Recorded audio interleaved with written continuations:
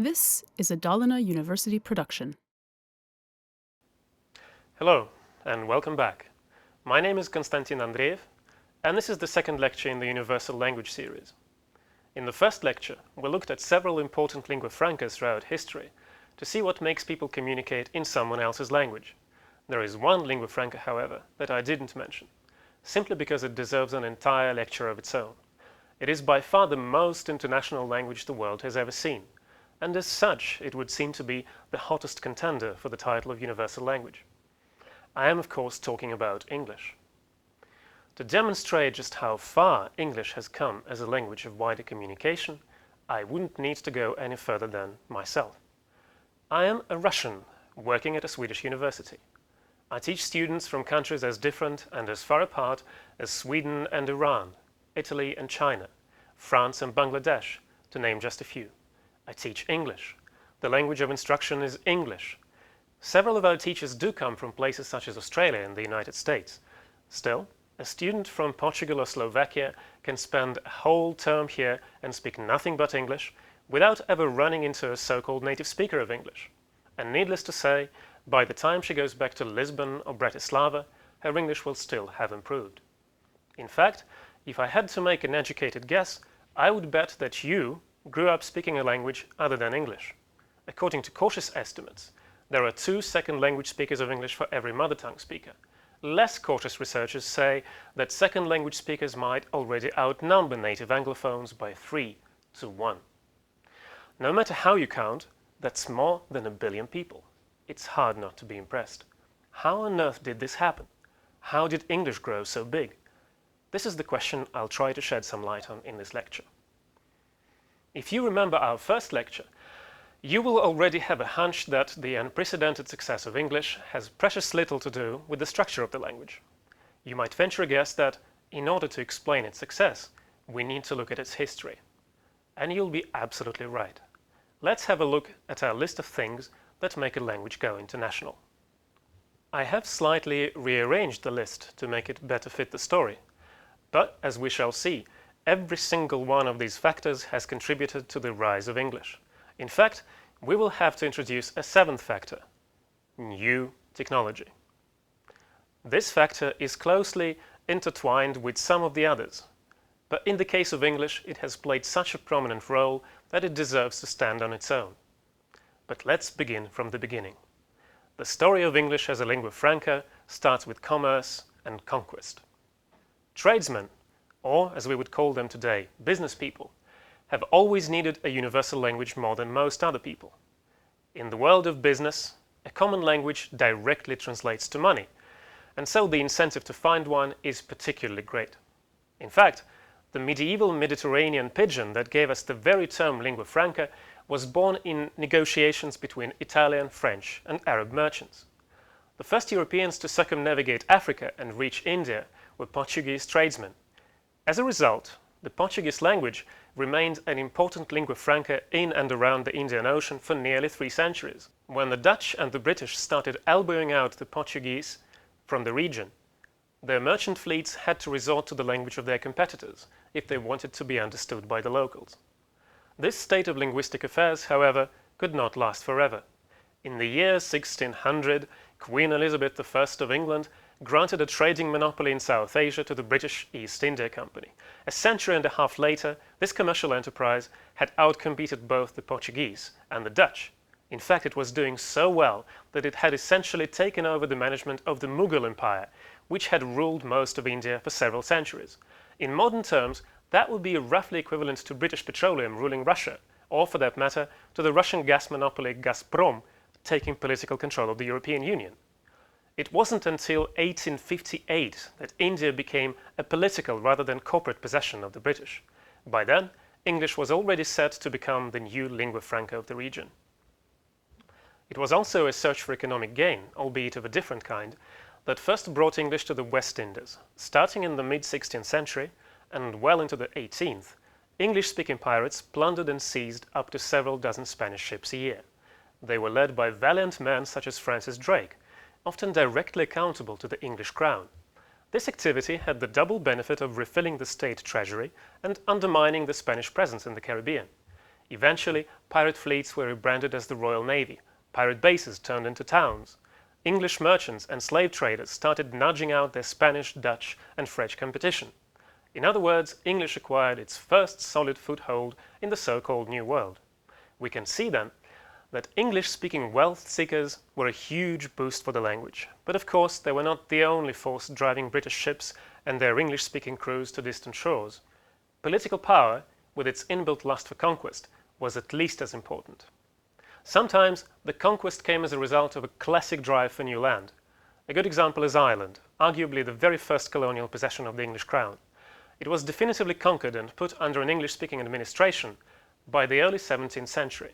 Today, Irish Gaelic is one of the official languages of the EU, but less than 2% of Ireland's population actually use it as a language of daily communication. Everyone else uses English. Sometimes England simply didn't want to be outdone by its European competitors, even if this meant a direct confrontation with another colonial power. In their imperial career, the British captured much of the Caribbean from the Spanish, Canada from the French, and South Africa from the Dutch, to cite just a few examples. Sometimes the expansion was spurred by religious tensions at home. Starting in 1620 and onwards, Puritans, Quakers, and other Christian sects chose to flee the Anglican Church by crossing the Atlantic Ocean. Most of them settled in the northeast of what today is the United States. Sometimes Britain would send its people overseas as a way of punishing them. Australia famously owes its British legacy and its English to the overpopulation of English prisons. The first shiploads of English-speaking convicts reached the continent in 1788. In fact, so varied were their reasons for capturing new lands that even the British themselves sometimes appeared to be losing track of their own excuses. A 19th century British historian was moved to observe that his countrymen seemed to have conquered and peopled half the world in a fit of absence of mind. Whatever their reasons, the British did an impressive job of planting their language all over the globe. By the year 1900, over a quarter of the Earth's landmass was under direct political control of one of the two English-speaking powers, either the British Empire itself or its fast-growing offshoot, the United States. Between its declaration of independence in 1776 and the First World War, the former colony bought vast swathes of land from the French and the Russians. It seized Florida and the Philippines from Spain. It annexed Hawaii, as well as a huge chunk of Mexico. The United States did let go of the Philippines soon after the Second World War, but it continued to, quote-unquote, project dominance throughout the 20th century. Things might be changing now, but as recently as in the 1990s, the US was probably the most powerful political entity that has ever existed on this planet. We have now seen the immense territory that has found itself under English-speaking rule over the last few centuries. But new territory alone is not enough to make a language big. You have to populate it with speakers of the language. In several cases, this happened quite literally. Of course, the first settlers were always outnumbered by the indigenous population. But they had far better weapons, and they brought new diseases. These were often lethal for the locals and could exterminate entire tribes in a matter of months. The newcomers also had relatively advanced agriculture. This meant that they had more food, and because they had more food, they had more children that lived long enough to become adults. And then there were always new ships, bringing new settlers. Considering all this, it is hardly surprising that the population of the United States alone grew from 4 to 76 million people in just 100 years. Today, an estimated 330 million people all over the globe speak English as their native language. Yet, English would not be a world language if it only had its native speakers to show for itself. After all, the largest country where English has official status is not the United States. It is India. According to one estimate, over 100 million Indians may use English on a daily basis as a second language. These people are not descended from English-speaking settlers. In fact, their ancestors spent many a decade fighting against their British rulers. Why then does English persist in India? Why does it persist in places like Gambia, Kenya, or Nigeria, several decades after the colonizers left? Well, one reason is that a multilingual country such as India or Nigeria might want to keep English as a compromise language, a lingua franca that is no one's mother tongue. Another crucial reason, however, brings us right back to our list. In India and elsewhere, the British left behind an education system that functioned in English. In India, this is especially true of university-level education. In some African countries, English reaches all the way down to day one of primary school. But the rule is the same. You want to get access to learning, you have to speak English. As we have seen, this is not very different from a Swedish university. Most undergraduate courses in Sweden are still taught in Swedish, that's true. But even undergraduates are often expected to read textbooks written in English. And the further you go up the education ladder, the more English you have to cope with. Let us say you're a Swede doing PhD research in chemistry. Already back in 1961, 43.3% of all journal papers on chemistry worldwide were published in English. In 1975, 58.3%. 1990, 74%. The year 2000, 82%. Even if there are research results out there that do still appear in languages other than English, you, a Swedish chemist in 2011, are only vaguely aware of their existence. Every single paper you read and write is in English. Scandinavia was never ruled by an English-speaking power, so this can't be a leftover from the colonial days. As usual, there are several reasons why English is today's lingua franca of science. First of all, science needs institutions, and England has had universities for 800 years. Science also needs funding, a lot of it, and English-speaking countries have been among the wealthiest on this planet for centuries. Finally, other prominent languages of science have eliminated themselves from the competition. French dropped out of the race when the French colonial empire collapsed without leaving behind a francophone United States or even a francophone Australia. German got caught up in Nazism and soon lost its best scientists to the Americans. Russian got caught up first in communism and then in the collapse of communism, and it has been losing scientists to the Americans ever since. And that is still not the whole story of English as a world language. Nazi Germany was defeated in just a few horrible years by planned military action. The defeat of the Soviet Union was several decades in the making, and though there certainly was some military action by proxy, one of the things that actually brought down communism was cultural influence of the English-speaking world. Already in the 1960s, some Soviet youngsters were trying to learn English from their Beatles records, just like their Swedish peers, except the records were harder to come by. By the 1980s, Soviet citizens were just as fascinated by English-language pop music and American movies as was everyone else. In Eastern Europe, this happened even earlier. Czech or Hungarian teenagers couldn't care less about the Russian classes they had to suffer through at school. Russian may have had the troops, but it didn't have the rock and roll. In other words, it had none of the cultural prestige of English. Unlike Russian, English also came to be associated with an ideology that had lasting appeal, because it actually seemed to work. At the very least, it seemed to work without political censorship or large-scale repression. In the second half of the 20th century, to millions of people throughout Europe, English meant freedom of speech, free travel, democracy, and political change.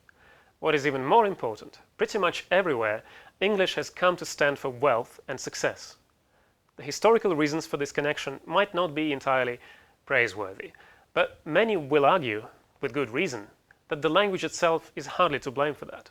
After all, it is just a system of signs, a code, a tool for doing business, for studying chemistry, or for talking to a Swedish boyfriend. Just like your laptop.